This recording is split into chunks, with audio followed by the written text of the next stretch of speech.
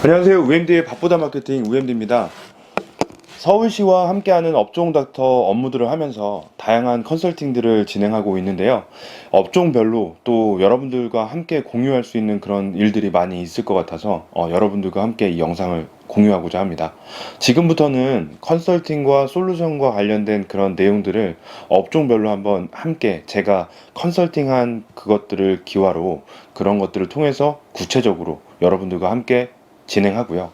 이 영상을 통해서 영상 컨설팅이나 아니면 또 실제로도 저희 대표님들과 함께 그 와인바와 관련된 내용들, 뭐 이런 업종별로 필요한 마케팅에 대한 분석을 여러분들과 함께 하시고, 혹시라도 뭐 와인바나 호프집을 창업하시려고 하시는 분들, 또 지금 운영하고 계신데 어떤 장점들이 있는지 여부들을 한번 들어보시면서, 나에게 필요한 게 뭐가 있는지, 또 뭐 취사 선택해야 될 부분이 있는지에 대한 것들을 한번 살펴보시면 좋을 것 같습니다.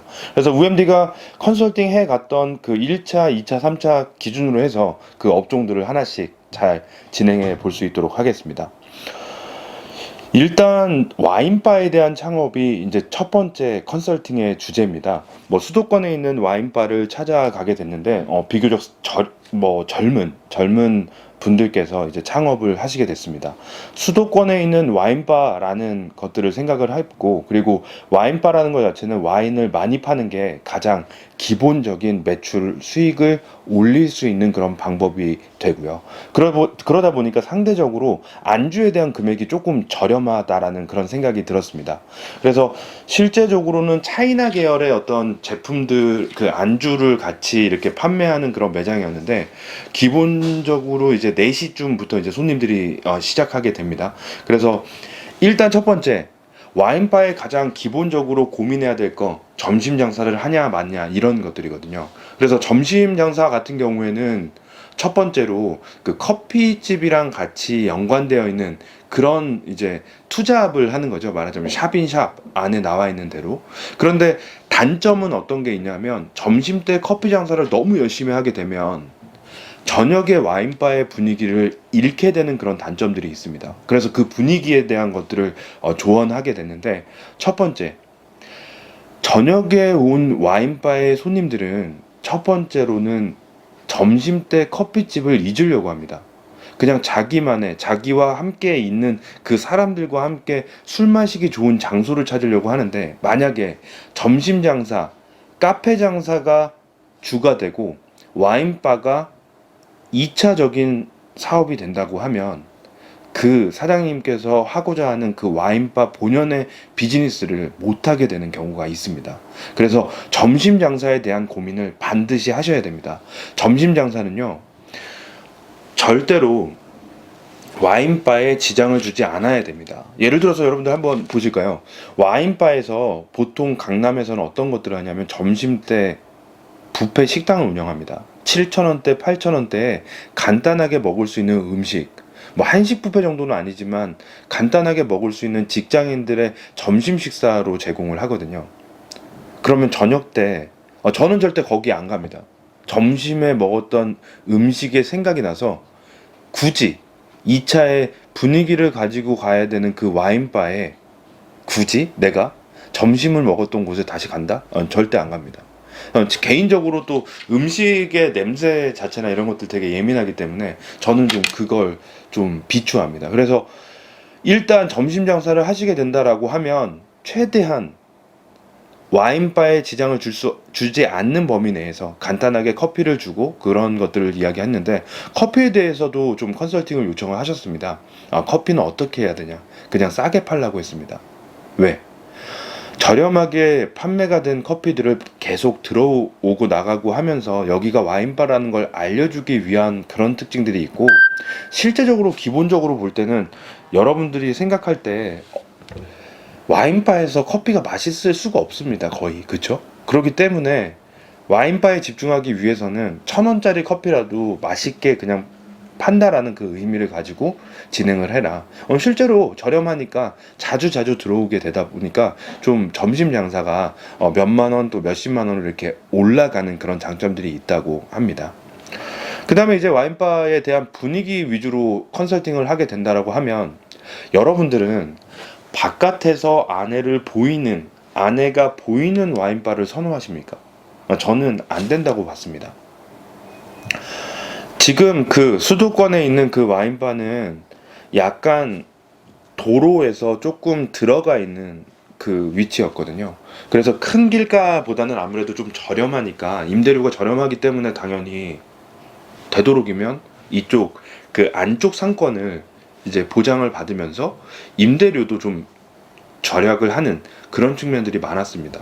근데 하물며 거기 안에 이제 시장 분들이랑 여러분들이 이제 그 사거리를 계속 이동하실 거 아닙니까? 그러면 중요한 건, 바깥에서 제가 보기에도, 제가 그때 컨설팅을 하고 있을 때에도 많은 분들이 이렇게 막 찾아다니셨거든요. 그러면 그분들이 바깥에서 이렇게 보고 이럴 때, 제가 술을 마실 때 그분들의 그런 모습들을 보거나 뭐 이런 것들이 좀 쉽지 않잖아요. 그래서 저는 당구장의 예를 들었습니다. 당구장 같은 그런 시간을 가지고 비즈니스를 하는 업무들에는 뭐가 없을까요? 절대로 시계가 없습니다. 뭐 명품샵이나 아니면 백화점에 시계가 없다고 하는데, 시계 보지 말고 쇼핑에 집중하라는 그런 의도라고 하잖아요. 당구장도 똑같습니다. 내가 몇 시까지 가야지 하고 생각을 하다 보면 짧게 시간을 책정해가지고 빨리 가게 되거든요. 그래서 시계를 없애죠. 시계가 없는 게 맞습니다. 근데 중요한 건, 와인바는 어떨까요? 조금 세상을 약간 해탈하고 세상을 좀 떠나와서 나만의 시간을 갖고 싶고, 또 내 지인과의 그런 시간을 갖고 싶은데도 불구하고 그걸 못 만들어내는 그런 경우들이 뭐가 있을까요? 갑자기 막 생선 판매 소리가 들린다든가, 아니면 배달하는 오토바이 소리가 엄청나게 들린다든가, 그 분위기에서 와인, 술을 마시고 싶으신가요? 저는 그래서 바깥에서 아내가 안 보였으면 좋겠다라는 그 컨설팅을 하게 됐습니다. 그래서 일단 기본적으로 볼 때 와인바는 분위기가 생명이다. 그래서 안에 왔을 때 내가 좀 집중되는 분위기, 그 다음에 이제 그 앞에서 와인을 준다라는 그 바의 뭐 닷지라고 하는 그 앞쪽에서 그냥 먹을 수 있는 자리와, 그 다음에 의자에 앉아 있는 그 자리들 자체가 조금은 프라이빗하게 보이는 그런 측면들이 많이 있어야 된다라는 그 생각을 하게 됐습니다. 그 다음에 이제 와인바와 삼겹살집 뭐 이렇게 비교를 해서 컨설팅을 했었는데, 기본은, 와인바의 기본은 2차의 술집과 관련된 그런 카테고리로 나눠지죠. 그러니까 1차 삼겹살집이나 2차 뭐 와인바 이렇게 연결되는 고리가 많아서, 이럴 경우에 이제 홍보 마케팅에 대한 컨설팅이 필요한데, 그건 어떤 것들이 있냐면, 주위의 반경을 놓고 봤을 때 1차가 가능하고 1차 음식점들이 장사가 잘 되는 식당들을 공략해서 거기에 명함을 놓고, 그 다음에 그 와인바에 대한 할인 쿠폰을 적용하면서 이 식당을 이용하시는 분들에 한해서, 그 영수증을 제출하시는 고객에 한해서 10% 정도의 할인을 해준다라는 생각들을 이제 실제로 그 할인 쿠폰들을 이제 적용하게 되죠. 그 할인 쿠폰은 절대로 10%를 할인해주기 위한 것도 있지만 홍보나 마케팅 효과가 훨씬 더 크거든요. 왜 그럴까요? 일단 삼겹살집 사장님께서는 어떤 할인권을 준다라는 거, 여기 내 집을 이용하면서 할인권을 준다라는 거에 대한 장점들을 갖고 계세요. 고객한테 어떤 좀 서비스를 준다라는 그런 장점을 갖고 있죠. 제가 노리고자 했던 건, 계산을 할 때 할인 쿠폰이 앞에 있잖아요. 그럼 어떻게 될까요? 그걸 통해서, 아, 여기 앞에 지금 근처에 이 와인바가 있는데 조금 더 저렴하게 먹을 수 있구나. 2차 장소 어디 갈까? 이런 거 되게 고민하잖아요. 삼겹살을 먹었습니다. 여러분들 어떻게 고민할까요? 2차 가? 2차? 어디 갈 거야? 뭐 이렇게 얘기하잖아요. 그죠? 근데 1차에서 앉아서 고민하는 경우도 있고, 뭐 담배 태우시는 분들이나 이런 분들은 한 분이 계산하고 있고, 여러분들 뭐 잘 이제 생각해 보세요. 한 분이 계산하고 있고, 야, 2차 어디 갈 거야? 그러면 2차를 쏘신다는 분이 이제 위치를 막 찾고 있죠. 우리 간단히 여기 와인바 갈까? 거기 안에 와인바와 간단한 호프를 즐길 수 있다라는 그 내용들이 분명히 들어가 있어야 되겠죠. 그런 것들을 통해서 홍보를 하게 되는 거죠. 그래서 그 대표님들한테 여기 반경의 지도를 살펴놓고 장사 잘 되는 1차 집을 공략해라. 거기 안에서 1차가 2차를 연결시킬 수 있는 그런 카테고리가 연결되니까 꼭 홍보 마케팅을 꼭 준비를 하라고 이야기를 했습니다.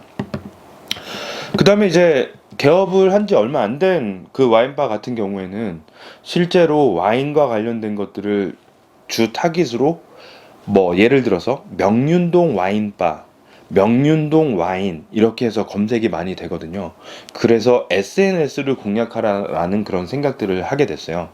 실제로 이제 인스타그램이나 네이버 블로그나 이런 거에 대한 홍보에 대한 컨설팅을 요청하시는 대표님들이 많으신데 제가 설명하는 것들을 한번 공감하시는지 한번 볼까요? 실제로 나는 인스타그램 공략을 할 거야 이렇게 생각을 하죠. 근데 제가 연구한 바로는 인스타그램은 10대 후반에서 20대 중반까지가 효과가 가장 높습니다. 어떤 거냐면 내가 좋아하는 추종 세력의 옷, 그분들이 쓰고 있는 사용하는 그런 제품들 이런 것들을 많이 찾아다니거든요. 그런데 25세부터 35세 뭐 이런 분들 같은 경우에 자유롭게 네이버 블로그나 네이버에서 검색을 되게 상당히 많이 합니다. 특히나 40대로 넘어가면 갈수록 네이버와 관련된 그런 홍보 방식들이 상당히 많아지죠. 그런데 와인바는 누가 많이 갈까? 보통 30대, 40대 여성들이 가는 것, 뭐 이런 고객을 특정하는 그런 측면들이 많이 필요한데 그게 특정되지 않고 그냥 인스타그램에 나의 와인바를 소개할 거야 이 홍보 방법은 그리 좋지 않은 거죠. 좋지 않다라는 건 그 범위가 너무 좁은데 넓게 생각해서 많은 것들을 투하하는 거죠. 그래서 제가 대표님들께 컨설팅을 하는 그 홍보 마케팅의 비중을 인스타그램과 페이스북을 30%, 그 다음에 70%를 네이버 블로그 쪽으로 요청을 드렸습니다. 왜 그랬을까요? 제가 예전에 뭐 20대를 무시하는 건 아닌데요. 술을 드시고 술을 마시고 와인을 즐길 수 있는 그 향유 인구가 얼마나 될까 하는 생각을 하죠. 지금 이 영상을 보시는 분들이 와인바를 창업하거나 아니면 와인바를 하시는 분들이잖아요. 저는 기본적으로 와인을 되게 좋아했었습니다. 근데 그 산미나 아니면 그 숙취 해소가 잘 안 된다는 걸 많이 느끼면서 좀 힘들어 했었거든요. 그래서 집에서 와인을 많이 하는데 예전보다 그 와인 자체가 상당히 많이 저렴해졌죠. 근데 바깥에 나갔을 때 보통 3만 원, 4만 원대 그 와인들이 있을 겁니다. 그러면 그 와인을 분위기 있게 마시는 분들이 오시는 거죠. 포장마차를 전전하고 포장마차를 이어가시는 분들이 와인바로 오시지는 않는다는 거죠. 그래서 제가 말씀드린 거 30대 40대 여성들 그분들이 검색하는 그 횟수들을 노려서 그분들이 올 수 있게끔 만든다. 그런 이제 컨설팅을 하게 되고요. 그 다음에 이제 안주에 대한 이야기들을 많이 했었습니다. 안주가 너무 헤비한 그런 안주들은 많이 필요 없다. 왜 2차 위주로 가다 보니까 그런 경우들이 많이 있다라는 생각을 했었죠. 그래서 와인을 간단하게 먹는 거에 대한 것들을 보면서 보니까 제가 느끼기에는 뭐 스파게티면 그 다음에 뭐 떡볶이 뭐 이런 것들에 대한 안주들을 많이 하게 됐더라고요. 가장 좋았던 거는 저렴한 안주가 많이 있었다라는 장점들이 있어요. 그런데 와인바에서 어느 식당이든 간에 지금 컨설팅의 주 대세가 어떤 거냐면 그 집에 갔을 때 어떤 거 뭐 하나는 꼭 시켜야 돼. 여러분들 속초 하면 어떤 게 떠오르시나요? 그냥 닭강정, 그쵸? 그 다음에 뭐 울릉도 하면 오징어 이런 것처럼 먹는 거는 분명히 모든 사람들에게 회자가 되는 그런 제품들이 하나씩 매칭되는 게 있겠죠. 그런데 분지 지역이나 이런 데 같은 경우에는 실제로 맛집이 별로 없습니다. 뭐 대구를 간다라고 하면 여러분들 뭐 동인동의 찜갈비 뭐 이런 것들이 많이 있죠.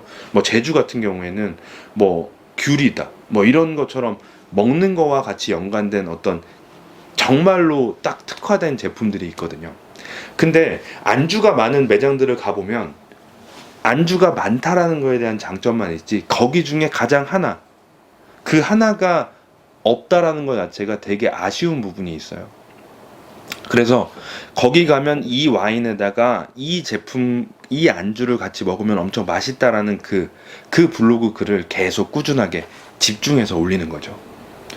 여러분, 다양한 안주가 있다라는 것만 보여주고요. 그리고 거기 안에서 가장 잘하는 거, 이 집 잘하네, 그 말을 들을 수 있는 와인이 뭔지, 또 그 안주가 뭔지에 대한 것 자체를 생각하고 그걸 집중적으로 블로그로 홍보를 한다라는 걸 생각해 보시면 여러분들의 홍보 마케팅의 그런 전략 중에 가장 좋은 방법이 아닐까 하는 생각이 듭니다. 그래서 저는 제가 그냥 기본적으로 생각할 때 좀 아쉬웠던 게 하나 있었어요. 가보니까 약간 와인과 관련된 그 모듬치즈 안주가 없었어요. 그래서 왜 그렇게 모듬치즈 안주에 대한 추천을 이제 하게 됐거든요. 근데 이제 가격적인 측면들, 뭐 좀 저렴해야 되는데 또 치즈는 또 모듬을 하게 되면 좀 비싸고 이런 경우도 있으니까. 근데 아무래도 식사 위주의 그런 안주들은 단일 판매가에서 와인의 그런 판매고를 올려줄 수가 없습니다. 그래서 와인바의 그 안주는 최대한 가벼우면 가벼울수록 그 와인을 많이 마실 수 있다라는 그런 견해들이 많기 때문에 여러분들도 한번 그걸 생각해 보시고요. 그래서 일단 와인바에 대한 컨설팅을 하면서 실제적으로 한 10개 정도의 와인을 판매하고 또 10개 정도의 안주를 판매하는 그 매장에 갔고, 그래서 SNS를 통해서 이제 그 키워드를 또 마지막으로 설명을 하게 됐습니다. 네이버에서 가장 뭐 명륜동 와인바, 명륜동 와인, 그 두 가지만 설명을 하고 이제 추가적으로 저만의 키워드를 대표님들께 컨설팅 했습니다. 뭐 명륜동의 호프집, 또 명륜동 2차 추천, 그 2차 추천이라는 그 단어가 어마어마하게 검색이 됩니다. 무슨 뜻인지 아시죠? 그러니까 사람들은 지금 당신의 지역에서 2차 술집을 간단하게 마시고 싶은데 이 동네에서는 2차 술집을 어떤 것으로 추천하는지에 대한 것들을 지하철역부터 검색합니다. 여러분들의 그 매장이 그 해당하는 지역에서 와인바 정도에서는 최고가 돼야 되지 않을까요? 그래서 그 지역에 있는 와인바, 호프집, 2차 술집 추천까지의 키워드의 대표가 되시는 게 여러분들의 와인바를 살리는 길, 또 여러분들의 와인바가 많은 분들께 사랑을 받을 수 있는 창업이 될 수 있겠습니다.